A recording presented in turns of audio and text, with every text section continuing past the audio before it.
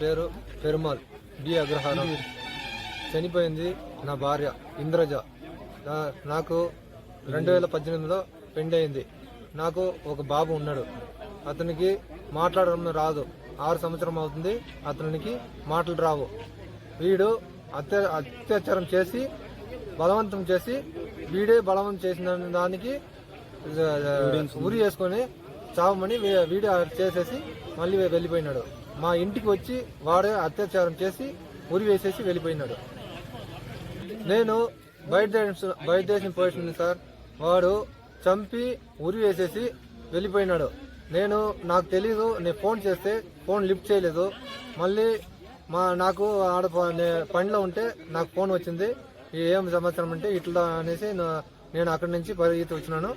మళ్ళీ ఇక్కడ వచ్చేటప్పుడు ఇట్లా జరిగిపోయింది అనేసి నాకు తెలిసింది సార్. అంతే. నాకు 8 గంటలకి తెలిసింది. ఫారిన్ టైంకి 8 గంటలకి తెలిసింది.